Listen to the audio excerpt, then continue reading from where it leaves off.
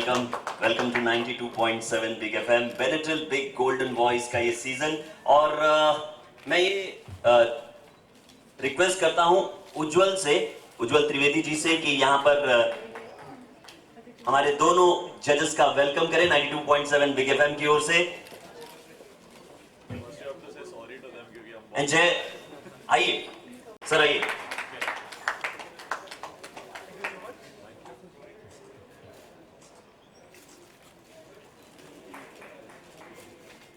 Alright, mics जी, photo जी, okay okay. तो हम एक काम करते हैं, हमने एक केक का इंतजाम किया है इनके स्वागत में। अच्छा,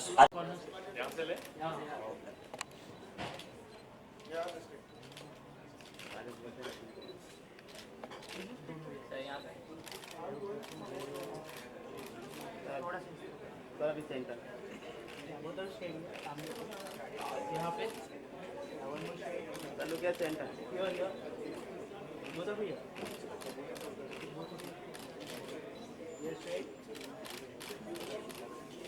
बस सेंटर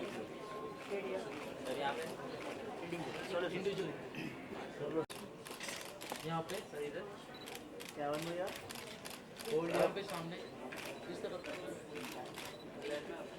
यहाँ पे होल्ड सर भैया तो आगे क्या लास्ट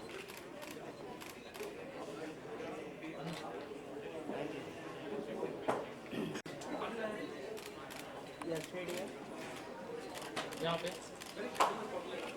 होल्ड सामने यहाँ पे चालू क्या सेंटर अमन सर यहाँ पे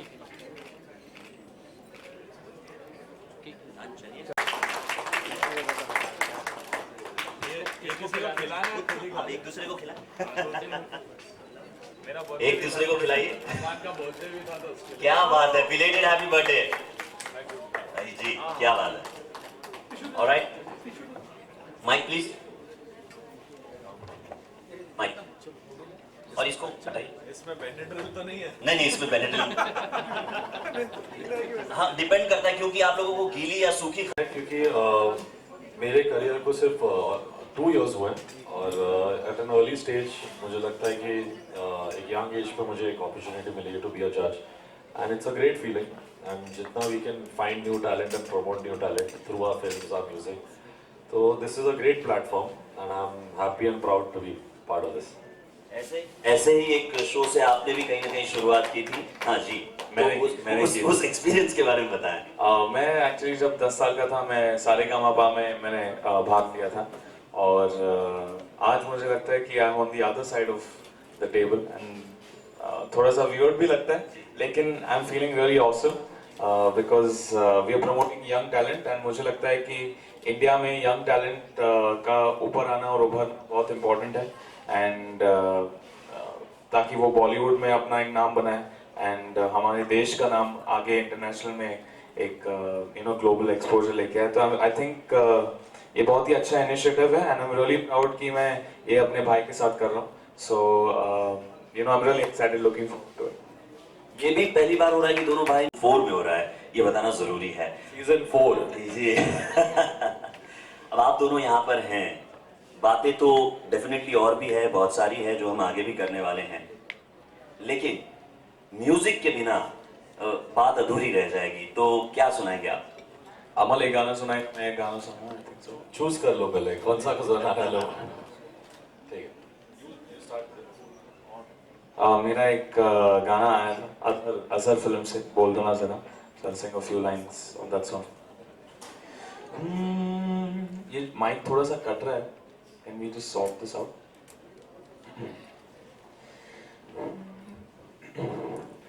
इतनी मोहब्बत करो ना मैं डूब न जाऊं कहीं, वापस किनारे पे आना मैं भूल न जाऊं कहीं, देखा जब से चेहरा तेरा तो हफ्तों से सोया नहीं,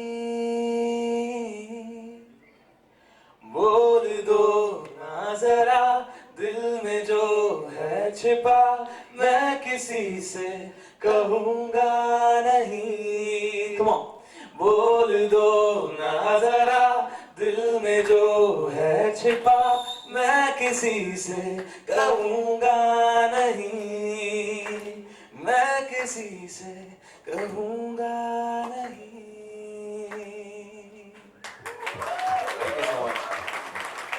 सोचिए ये बस शुरुआत है तो कितना और सबसे ज़रूरी है, सुर ताल तो ज़रूरी होता ही है कि आप दिल से गाए and you reach out to our hearts, because today like film music हो या नॉन फिल्म म्यूज़िक हो, सबसे ज़रूरी बात यह है कि आपकी आवाज़ में एक वो बात हो जो सुन के लगे कि कौन है, मैं जानना चाहता हूँ किसकी आवाज़ है।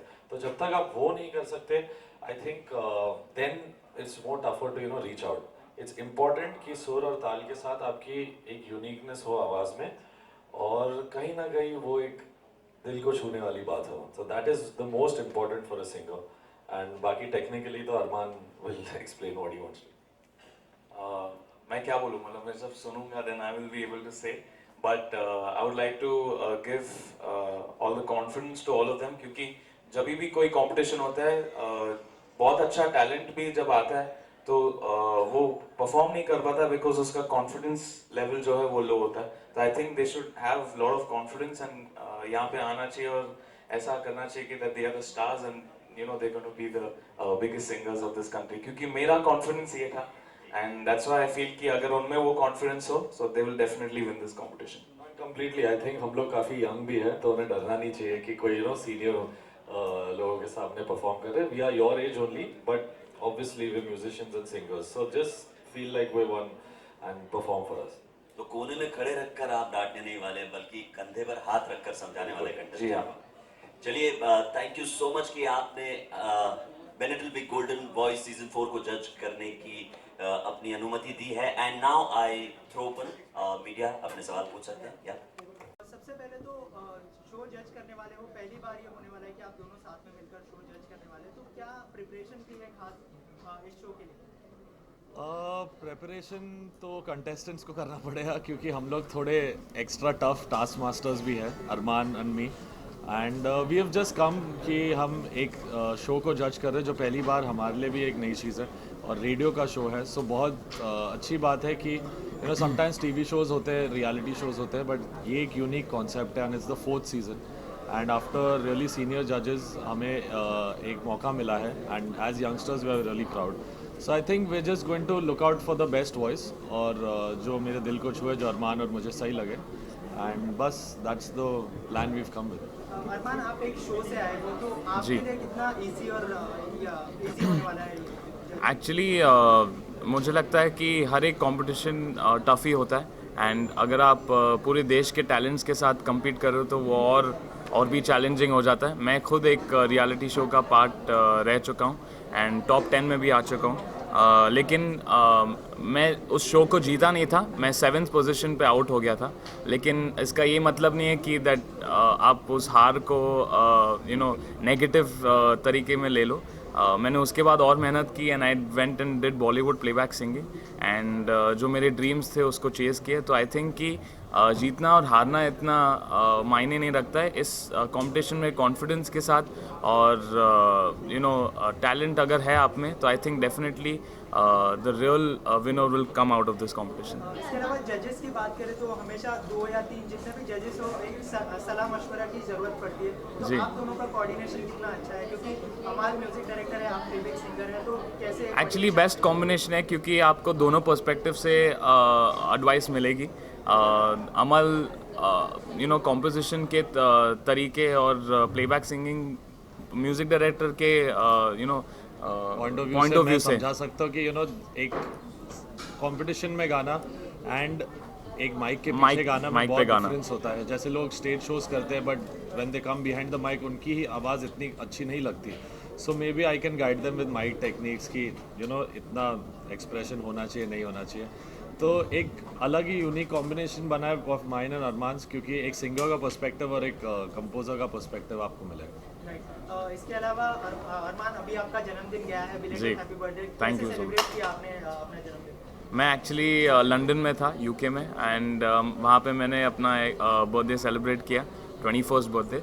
एंड वहाँ पे मैं अपने वर्ल्ड टूर को प्रमोट कर रहा था, तो उसी दौरान मैंने सोचा कि क्यों ना मैं अपने बर्थडे को भी वहाँ पे सेलिब्रेट करूँ। तो बहुत ही मज़ा आया and I just came back. मैं आज सुबह ही आया हूँ वहाँ से।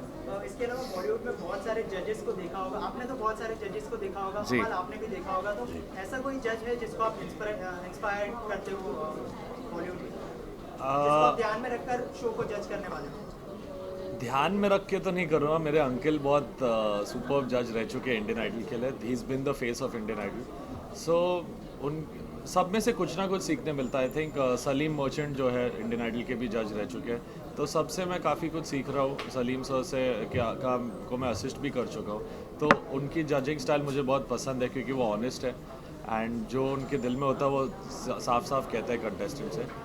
So you know, Salim Merchant and Anu uncle, इन लोग दोनों की स्टाइल से आई लाइक द वे दे जज। मेरा पहला टाइम है जजिंग का, तो मुझे कुछ भी नहीं पता है, बट मैं सिर्फ सिंगिंग पे फोकस करना चाहता हूँ और टैलेंट पे फोकस करना चाहता हूँ। एंड जिसकी भी आवाज़ हमारे दिल को छुए, I think that's the most important, क्योंकि feel is really important. Obviously सुर ताल भी बहुत इंपॉर्टेंट है फॉर अ सिंगर, लेकिन आज के ज़माने में आज का जो प्लेबैक सिंगिंग उसमें फील बहुत ऊपर आ चुका है इन टर्म्स ऑफ प्रायोरिटी। तो मुझे लगता है कि जब किसी का एक वॉइस का जो क्वालिटी और वो फील हमें छू जाए, तो I think that is what will be searching for. That will be the golden voice. Yes. ऐसा कोई जज है अरमान जिसकी क्वालिटीज आप खुद में अडॉप्ट करना चाहते हो? मैं अपना खुद का एक जजिंग क्वालिटी लेके आना चाहता हूँ। ये सबसे पहली बार मैं कर रहा हूँ, तो I would like to create my own style and my own unique way. काफी सारे हिट सिंगर्स भी हैं आपके तो फिर कौन आगे आने वाला कौन सा अभी हमारी मेरी एक फिल्म है बार बार देखो, जो आज काला चश्मा करके उनका एक गाना है, बट सेकंड सॉन्ग जो आ रहा है 100 आसमान, वो अरमान ने गाया है, मेरा म्यूज़िक है, so that will be coming soon. बस यूजुअली जितने भी गाने आप मैं रहूँ या ना रहूँ लो, बोल दो ना ज़रा सब तेरा, जब जिस बार मैंने और अरमान ने साथ में एक गाना किया जब मेरा म्यूज़िक है और इसने गाया है, वो आप लोग सब ने बहुत पसंद किया, बहुत प्यार दिया। So I think this song will also reach out and reach into your hearts. Kala Chashma की अगर 2 लाइन ऑडियंस के लिए हो जाए आप दोनों की आवाज़? सर, काला चश्मा मेरा गाना नहीं है और मुझे आता नहीं है पंजाबी, तो मैं नहीं गा पाऊँगा, बट सुपर हिट गाना है बादशाह का, तो मैं चाहता हूँ कि आप यूट्यूब पे देखो, व्यूज़ बढ़ाओ, मुझसे मत गवाओ। कंटेस्टेंट को क्या मैसेज देंगे? कंटेस्टेंट से यही कहना चाहता हूँ कि अगर आप यहाँ पे आ रहे हो, इस एक फोकस से आना चाहिए that you really take singing seriously, और आप फिल्म्स नॉन फिल्म्स इन दोनों पे फोकस करें, क्योंकि मैं चाहता हूँ कि मैं एक ऐसी आवाज़ ढूंढूं, क्योंकि मैं I am always on the lookout for new voices, और ऐसी कोई आवाज़ मुझे मिले तो I would really surely want to use that voice in my films और in my singles that I do. तो यू नो, एक यूनिक आवाज़ की तलाश है, और जो जीतेगा ये कंपटीशन या जीतेगी ये कंपटीशन, मैं उनके साथ काम करूँगा and I will surely give them a song in my films. Thank you so much. Thank you. Thank you. Done sir.